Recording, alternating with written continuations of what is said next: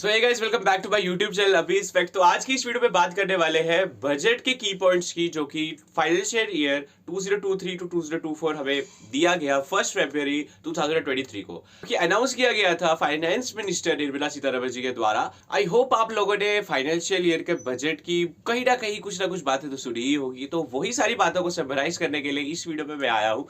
तो इस वीडियो में हम बात कर रहे होंगे बजट 2023 2024 के बारे में। तो बस मैंने की पॉइंट्स लिए हैं और की पॉइंट्स के ऊपर ही हम बात कर रहे होंगे और उनको आराम से समझेंगे कि क्या कुछ सस्ता हुआ है, क्या कुछ महंगा हो गया है, किस में इंक्रीज हुआ है, किस में डिक्रीज हुआ है। तो वही सारी चीजें पे हम बात कर रहे हो। कोई सारी चीजें समझनी है तो आपको ये वीडियो पूरी देखनी पड़ेगी और लास्ट तक देखनी पड़ेगी। और अगर आपको लास्ट में वीडियो इन्फॉर्मेटिव लगेगी तो प्लीज आप इसको लाइक जरूर करिएगा और इसको अपने फ्रेंड्स, अपने रिलेटिव्स, अपने वेल विशर्स के साथ शेयर जरूर करिएगा।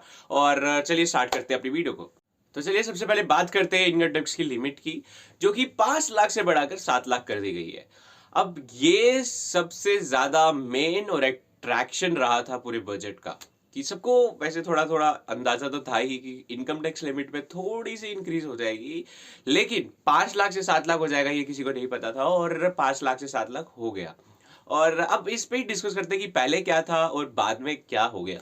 सो so, अगर आपकी इनकम, अगर आप फाइनेंशियल ईयर की इनकम निकाले, अगर 0 to 2.5 लाख है तो उस पर कोई भी इनकम टैक्स आपको पहले नहीं देना पड़ता था। लेकिन अब 0 से 3 लाख, अगर आपकी इनकम 3 लाख तक भी है तो भी आपको कोई टैक्स नहीं देना है। आपके साथ में स्क्रीन पे ये सब इंफॉर्मेशन शेयर कर रहा हूँ, तो आप प्लीज इसे चेक करिए और देखते रहिए कि क्या क्या न्यू और ओल्ड रिजीम में फर्क आ रहा है। और 2.5 लाख से अगर 5 लाख तक आपकी इनकम है, ओल्ड रिजीम की बात चल रही है, तो आपको 5% आपको टैक्स देना पड़ता था। अगर 5 से 7 लाख है तो 10%, अगर 7.5 लाख से 10 लाख है तो 15%, अगर 10 लाख से 12.5 लाख है तो 20%, 12.5 से लेके 15 लाख है तो आपको 25% तक का टैक्स देना पड़ता था। और अगर 15 लाख से ऊपर आपकी इनकम जाती है तो आपको 30% टैक्स देना पड़ता था। अब इसी में न्यू रिजीम की अगर बात करें, 0 to 3 लाख से अगर आपकी इनकम है तो 0% टैक्स देना है, 3 to 6 लाख है तो 5%, 6 to 9 है तो 10%, 9 to 12 है तो 15%, 12 to 15 है तो 20%। अगर अगर अगर 15% या फिर 15 लाख के ऊपर है तो आपको 30% टैक्स देना पड़ेगा। ये रूल ओल्ड रिजीम के लिए भी सेम है और न्यू रिजीम के लिए भी सेम है। 15 लाख से अगर आपकी इनकम ऊपर जाती है तो आपको 30% टैक्स देना ही देना पड़ेगा। तो अगली बात करते हैं सरचार्ज की। सरचार्ज की परसेंटेज रेट घटाकर कर दी है 25%। पहले ये था 37.5, अब इसे घटाकर कर दिया 25%। अब इस सरचार्ज का मीनिंग क्या होता है? सरचार्ज का मीनिंग होता है एडिशनल चार्ज या फिर एडिशनल फी या फिर एडिशनल टैक्स, जो कि इंक्लूड हो जाता है आपके नॉर्मलाइज टैक्स में। लेकिन ये एक होती है एडिशनल कॉस्ट। जैसे अगर आपने कोई गुड खरीदा या कुछ भी चीज खरीदी है तो उसके ऊपर जो एडिशनल चार्ज लगेगा वो हम अपने सरचार्ज में इंक्लूड कर सकते हैं। तो अब बात करते हैं सैलरीड पर्सन और पेंशनर्स की।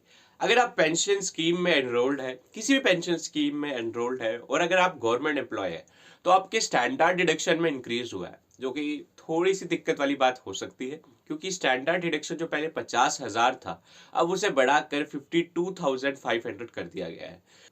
और ये एज पर इनकम भी कैलकुलेट होता है, तो सबके लिए इसे बढ़ा दिया गया है। जो कि पहले स्टैंडर्ड था 50,000, अब उसे बढ़ाकर 52,500 कर दिया गया है। अब इस स्टैंडर्ड डिडक्शन का मतलब है एक बार साल में जितनी भी आपकी इनकम हुई है उसमें से आपको कुछ पैसा इनकम टैक्स के रूप में देना पड़ता है या फिर टैक्स के रूप में देना पड़ता है। तो आपका महीने महीने से काट के या फिर आपके एक ही बार एक महीने में या फिर एक फाइनेंशियल मंथ में आपका वो स्टैंडर्ड डिडक्शन डिडक्ट करा जाता है, जो कि आपके थ्रू आउट ईयर आपका बैलेंस दे देता है।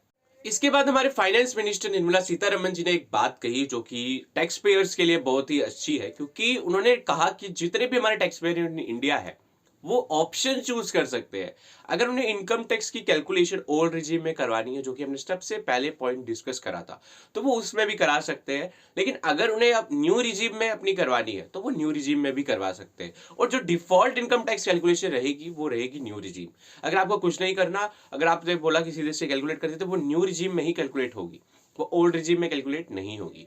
तो इस बात से काफी सारे टैक्स पेयर खुश भी है और उनको लग रहा है कि इससे कोई फर्क नहीं पड़ने वाला है।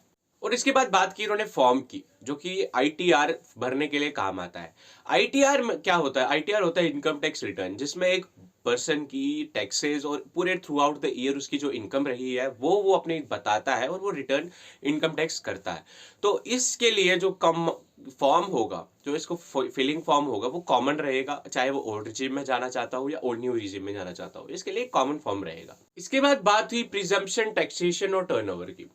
प्रिजम्पशन, टैक्सेशन, टर्नओवर 2 करोड़ रखा गया था सरकार के द्वारा पहले, अब इसे बढ़ाकर 3 करोड़ कर दिया गया है। यह सीधा सीधा फायदा दिया गया है बिजनेसमैन को, जिनकी इनकम या फिर जो कि टर्नओवर जिनका 2 करोड़ या 2 करोड़ से ज्यादा था उनका, अब इसे बढ़ाकर 3 करोड़ कर दिया गया है। और इसे सेक्शन 44 AD और 44 ADA के तहत इनको टर्नओवर्स की रिटर्न देनी पड़ती है, और इसमें बताना पड़ता है कि कितने डिजिटल ट्रांजैक्शंस हुए हैं, कितने नॉन डिजिटल ट्रांजैक्शंस हुए हैं और कितनी प्रॉफिटेबल ट्रांजैक्शंस हुए।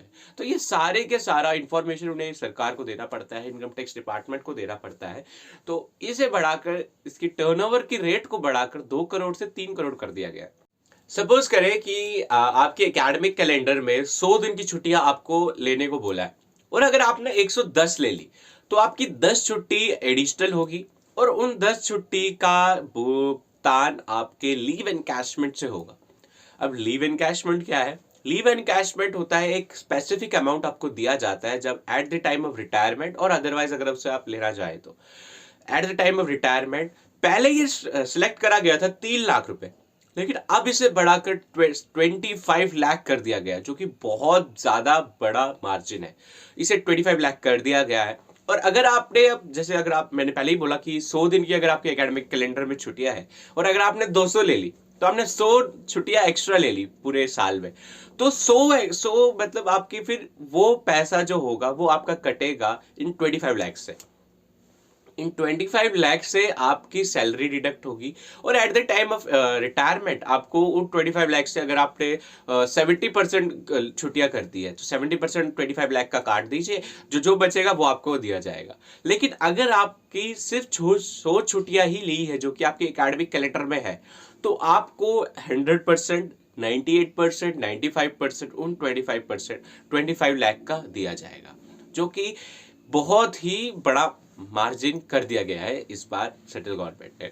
इससे क्या होगा? इससे होगा कि पंक्चुअलिटी आएगी वर्कर्स में, एम्प्लॉयज में, इसमें लॉयल्टी आएगी वर्कर्स और एम्प्लॉयज में, इसमें रेगुलरिटी आएगी एम्प्लॉयज के। तो क्या आपको पता है कि फाइनेंशियल ईयर का बजट 1 फरवरी हर साल क्यों दिया जाता है, और ये सुबह 11 बजे ही क्यों अनाउंस करा जाता है? इससे पहले की अगर हम बात करें तो इससे पहले क्या होता था? इससे पहले होता था कि जब कॉलोनियल टाइम से ये परंपरा चली आ रही थी, लास्ट डे ऑफ फरवरी था, उस पे हमारा बजट दिया जाता था, और शाम को 5 बजे सदन में, लोकसभा में इसे पेश करा जाता था। और इससे पहले इसे सूटकेस में भर के जाए जाते थे, जो कि काफी सारे डॉक्यूमेंट्स थे, वो उन्हें सूटकेस में भर के लाया जाता था।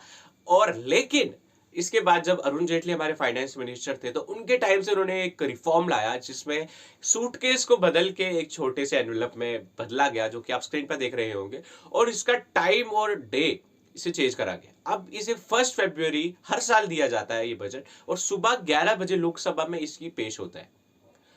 1 फरवरी सुबह 11 बजे ये सदन में पेश किया जाता है, और इसमें सारे ओपोजिशन के लीडर्स, सारे सारे विपक्ष के लीडर्स मिलते हैं, और इसके बाद उसके अगले दिन इस डिस्कशन होता है इस बजट पे, इस फाइनेंशियल ईयर के बजट पे डिस्कशन स्टार्ट होती है। और इसीलिए इसे 1 फरवरी रखा गया, क्योंकि जब आप इसे लास्ट डे ऑफ फरवरी करते थे और शाम को 5 बजे, तो उस दिन तो कोई चर्चा नहीं हो पाती थी, और उसके अगले दिन आपका मार्च सेशन स्टार्ट हो जाता था, और उसके बाद भी कोई चर्चा नहीं हो पाती थी। एक अच्छी, तो इसे बदलकर 1 फरवरी रखा गया, क्योंकि इसके टाइम ऑफ डिस्कशन बढ़ाया जाए। अगर किसी अपोजिशन पार्टी का कोई मुद्दा है तो वो भी इसे डिस्कस करा जाए, तो इसीलिए ये डे और टाइम चेंज करा गया। अगर बात करें इस वीडियो की, तो इस वीडियो में पूरा बजट कवर नहीं हो पाया है।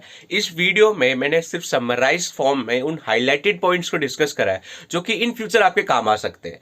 अगर आपको इसका सेकंड पार्ट भी चाहिए तो आप मेरे को कमेंट सेक्शन में बता सकते हैं, जिसमें हम डिस्कस करेंगे स्टेट बजट के लिए, जो कि नॉर्थ ईस्ट, जम्मू कश्मीर, लद्दाख और हिमाचल के लिए स्पेशली डिजाइन करा गया था। और उसके बाद अगर हम डिस्कस करें जो एजुकेशनल पर्पसेस के लिए रिफॉर्म्स लाए गए हैं इस बजट 2023 में, उनके ऊपर हम बात कर सकते हैं।